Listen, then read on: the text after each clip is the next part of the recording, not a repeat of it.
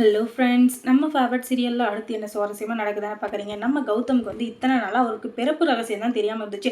அதுக்கப்புறம் அவங்க எப்படி பிறந்தாங்க, யாருக்கு பிறந்தாங்க அப்படின்றது எல்லாமே ஓரளவுக்கு ஒரு 90% தெரிஞ்சிச்சு. இன்னும் ஒரே ஒரு பர்சன்ட் அவங்க அப்பா யார் அப்படின்ற ஒரு உண்மையை மட்டும்தான் இன்னும் அந்த ரேவதி சொல்லலை. அந்த உண்மையும் இப்போ தெரியறதுக்கான நேரம் வந்துச்சு. அது எப்படின்னா, இவங்க இருந்துக்கிட்டு ஜானகி அத்தைக்கு மாத்திரை வாங்கலாம் அப்படின்னு சொல்லிட்டு மெடிக்கல் ஷாப் போனாங்க இல்லையா. மெடிக்கல் ஷாப் போயிட்டு வர்றப்ப திருடவங்க மொத்தம் பின்னாடியே வந்து ஏதோ அந்த பர்ஸை பார்த்துட்டு ஒரு 10 லட்ச ரூபாயில் இருக்கிற மாதிரியே சீனா போட்டு பின்னாடியே வந்து அந்த பர்ஸை பிடிங்கிட்டு போயிடறான். ஐயோ என் பர்ஸை தூக்கிட்டு போயிடான், பிடிங்கன்னு சொல்ல இலக்கியா கத்த உடனே கௌதம் குடு குடு குடு குடுன்னு ஓடி போறாரு. அதுக்கப்புறம் புதுசாக ஒரு லேடி வந்து என்ட்ரி ஆகுறாங்க. யார் அந்த லேடி அப்படின்னு பார்த்தீங்கன்னா, எஸ்எஸ்கேவுக்கும் அவங்க தாட்சாயணிக்கும் பிறந்த ஒரே குழந்தை தான் அந்த பொண்ணு. அதனால தான் அந்த பொண்ணை திடீர்னு இப்போ காட்டுறாங்க. அதுக்கப்புறமா அந்த பொண்ணு வந்ததுக்கப்புறம் அவள் போய் குறுக்கால வண்டியை நிறுத்த அந்த பையனை பிடிச்சி வெளுக்க அந்த கௌதம் வந்துக்கிட்டு ஃபோட்டோவை அந்த பர்ஸை வாங்குறப்ப அவன் தூக்கி போட்டுறான். அதுலேருந்து ஃபோட்டோ, அதுக்கு காசு, அது இதுன்னு சொல்லிட்டு எல்லாமே அப்படியே செதறியுது. ஏன்னா எல்லாமே பேப்பர் தானே, அதனால் அதோடு சேர்த்து அந்த ஃபோட்டோவும் செதறியுது.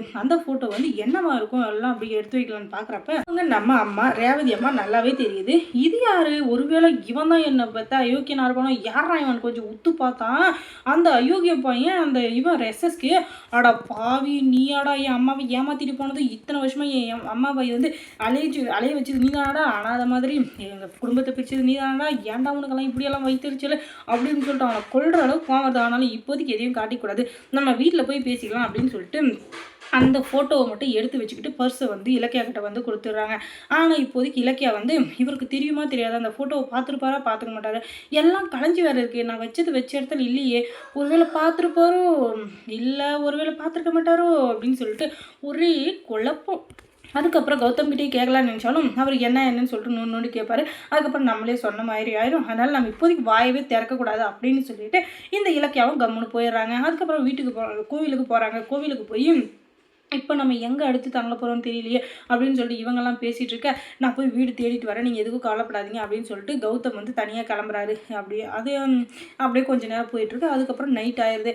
நடைய சாத்தணும், எல்லாம் வெளியே போங்க அப்படின்னு சொல்லிட்டு ஐயர் சொல்ல, அதுக்கப்புறமா இவங்க வந்துக்கிட்டு எங்கே போகிறது என்ன பண்ணுறதுன்னு தெரியலன்னு சொல்லிட்டு முழிச்சிட்டு இருக்க, அதுக்கப்புறமா ஐயர் வந்து எல்லாரும் வெளியே போயிட்டாங்க, நீங்கள் என்ன பண்ணிட்டு இருக்கீங்க, வெளியே போங்க அப்படின்னு சொல்லிட்டு ஐயர் சொல்ல, உடனே சுவாமி எங்கே போகிறதுன்னு தெரியாமல் நின்றுட்டுருக்கோம், தயவு செஞ்சு ஒரு நிமிஷம் இப்படி வாங்க அப்படின்னு சொல்லிட்டு கௌதம் வந்து கூப்பிட்டு போகிறாரு. உங்கள் தயவால் எங்களை எங்கேயாச்சும் தங்க வச்சிங்கன்னா கண்டிப்பாக ஏதோ சின்ன சின்ன வேலை செஞ்சு கூட நாங்கள் அந்த வாடகை கட்டிடுவோம், எங்கள் மானத்தை நாங்கள் காப்பாற்றிக்குவோம், தயவு செஞ்சு எங்கே போகிறதுக்கும் தங்குறதுக்கும் எங்களுக்கு இப்போதைக்கு வழி இல்லை, அதனால் தயவு செஞ்சு ஹெல்ப் பண்ணுங்க அப்படின்னு சொல்கிறாங்க. உடனே சரிப்பா, எனக்கு தெரிஞ்ச ஒரு வீடு இருக்குது, ஆனால் அது ரொம்ப ஆச்சரியமான வீடு, எங்கள் தெருவில் தான், அக்ரகாரத்தில் கவுஸ் எல்லாம் கலக்க மாட்டோம், நான்வெஜ் எல்லாம் செஞ்சிங்கன்னா அதுக்கப்புறம் அவங்க ரொம்ப டென்ஷன் ஆயிடுவாங்க, அதனால் நீங்கள் கொஞ்சம் பார்த்து இருந்தீங்கன்னா எல்லாம் நல்லபடியாக நடக்கும். ஏன்னா உங்கள் அம்மா அடிக்கடி இங்கே வந்து அன்னதானம் போட்டிருக்காங்க, நிறைய பேருக்கு உதவி பண்ணியிருக்காங்க அப்படின்ற ஒரே காரணத்தினால நான் வந்து உங்களுக்கு உதவி பண்ணுறேன் அப்படின்னு சொல்லிட்டு அந்த ஐயர் சொல்கிறாரு. அதுக்கப்புறம் அவங்களும் அந்த வீட்டுக்கு கூட்டு போகிறாங்க. நல்லபடியாக போய் அந்த வீட்டை சுற்றி பார்த்து அதுக்கப்புறமா வீட்டை வந்து செட்டில் ஆகிடுறாங்க. ஏதோ ஒரு இதாச்சும் கட்டிச்சு அப்படின்னு சொல்லிட்டு. ஆனால் எல்லாரும் தங்குற மாதிரி இல்லை, 2 ரூம் தான் இருக்குது. ஒன்று கிச்சனு பாத்ரூமு, இன்னொன்று பெட்ரூம். இது 2 தான் வச்சு அவங்க அட்ஜஸ்ட் பண்ணிக்கணும். சரி போதும் ஏதோ அப்படின்னு சொல்லிட்டு இவங்களும் அமைதியாடுறாங்க. அதுக்கப்புறம் இலக்கியாவுக்கு பக்குன்னு இருக்குது, அந்த ஃபோட்டோ பார்த்துக்க மாட்டாரா அப்படின்னு சொல்லிட்டு. அதுக்கப்புறம் எல்லாரும் ஏதோ ஒன்று அப்போதைக்கு அட்ஜஸ்ட் பண்ணி சாப்பிட்டுக்கிறாங்க, பன்னோ பிஸ்கெட்டோ ஏதோ வச்சு. அப்புறமா என்ன நடக்குதுன்னா, இலக்கியா, கௌதம், அப்புறம் ஜானகி, அந்த ரேவதி, இவங்க 4 பேரும் ஒரு இடத்துல அமைதியாக உட்காந்துக்கிறாங்க. உட்காந்ததுக்கப்புறம் நான் உங்கள் எல்லாருக்கிட்டையும் ஒரு முக்கியமான விஷயம் பேசணும், முக்கியமாக ரேவதி அம்மா கிட்ட அப்படின்னு சொல்ல, என்னப்பா சொல்கிறேன், எனக்கு ஒன்றுமே புரியல, என்ன அப்படின்னு சொல்லிட்டு கேட்க, அதுவா நான் இத்தனை வருஷமாக வேணு அப்பாவையும் ஜானகி அம்மாவையும் தான் என்னோட அம்மா என்னை பெற்றவங்க நான் நினச்சிட்டு இருந்தேன், ஆனால் அது போய் நீங்கள் தான் என்னோட அம்மான்னு தெரிஞ்சிச்சு, ஆனால் என்னுடைய அப்பா யார் அப்படின்னு சொல்லிட்டு கேட்க, என்ன கேட்குறேன் எனக்கு புரியல அப்படின்னும். அது இல்லைம்மா, சின்ன வயசில் உன்னை ஏமாற்றிட்டு போனாலும் அவன் யாருன்னு கண்டுபிடிச்சி அவனை மிதிச்சு அவனை கூட்டு வந்து கூட சேர்த்து வைக்கணும்னு தான் கேட்குறான் அப்படின்னு. அதுவாக அவர் வந்து சின்ன வயசுலேயே வெளிநாட்டுக்கு போயிட்டார், அவரை நான் இதுவே பார்க்கவே இல்லை, இதுக்கு மேலே இங்கே வருவாரான்னு தெரியல அப்படின்றதாங்க. என்னம்மா பொய் சொல்லிட்டு இருக்கேன், யார் என்னன்னு எனக்கு நல்லாவே தெரியும், நீங்கள் இதே சொல்லிட்டீங்கன்னா நல்லது, இல்லைன்னா ரொம்ப கஷ்டமாக போயிடும் அப்படின்னு, தயவு செஞ்சு உண்மையை சொல்லுமா, என்னுடைய அப்பா யாரும்மா, இந்த நேரத்துலையும் நீ சொல்லணும்னு வச்சுக்கோ, அதுக்கப்புறம் நான் ரொம்ப வருத்தப்படுவேன் அப்படின்னு தான்.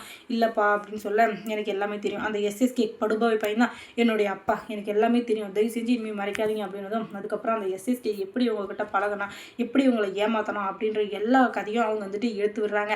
அதில் தெரிஞ்சுக்கிட்டே வந்துக்கிட்டு படுபாவி பையன் உன்னை படத்துக்காக அந்த தாட்சாயணி பின்னாடி போய் உன்னை ஏமாத்திட்டான்ல, இவனை சும்மாவே விடக்கூடாதுமா, இவன் சும்மாவே விடக்கூடாது. எவ்வளோ தைரியம் தான் இவன் இப்படிலாம் பண்ணியிருப்பான். உன்னை ஏமாத்திட்டு உன் வயிற்றுல என்னை கொடுத்துட்டு அதுக்கப்புறம் இவன் ஜம்முன்னு ஜாலியாக பணத்தை அனுபவிக்கிறதுக்கு ஓடிட்டான். அப்புறம் நீ என்ன ஆனால் ஏது ஆனான்னு சொல்லிட்டு அவனுக்கு எதையும் கண்டுக்கவே இல்லை. அவனுக்கு சரியான பாடம் கற்றுக் கொடுக்குறவே நான் அவனை சும்மா விட மாட்டேமா. நீ எதுக்கும் கவலைப்படாத, நீ எதுக்கும் கவலையே படாத, நான் இருக்கேன், நான் எப்போவுமே உன் கூடவே தான் இருப்பேன். யார் வந்தாலும் சரி, யார் என்ன பண்ணாலும் சரி, நான் உன்னை விட்டு கொடுக்கவே மாட்டேன், என்றைக்கும் நான் உன் கூட தான் இருப்பேன் அப்படின்னு சொல்லிட்டு இந்த கௌதம் இதுக்கிட்ட ப்ராமிஸ் பண்ணுறான். அதுக்கப்புறம் நம்ம இலக்கிய சீரியலில் என்ன சுவாரஸ்யமாக நடந்திருக்கும் நீங்கள் தெரிஞ்சுக்கணுன்னா நம்ம சேனலை சப்ஸ்கிரைப் பண்ணுங்கள். அதோட பக்கத்தில் இருக்க அந்த பெல் ஐக்கானையும் கொஞ்சம் கிளிக் பண்ணி விடுங்க. தொடர்ந்து இந்த சேனலுக்கு சப்போர்ட் கொடுங்க. தேங்க்ஸ் ஃபார் வாட்சிங்.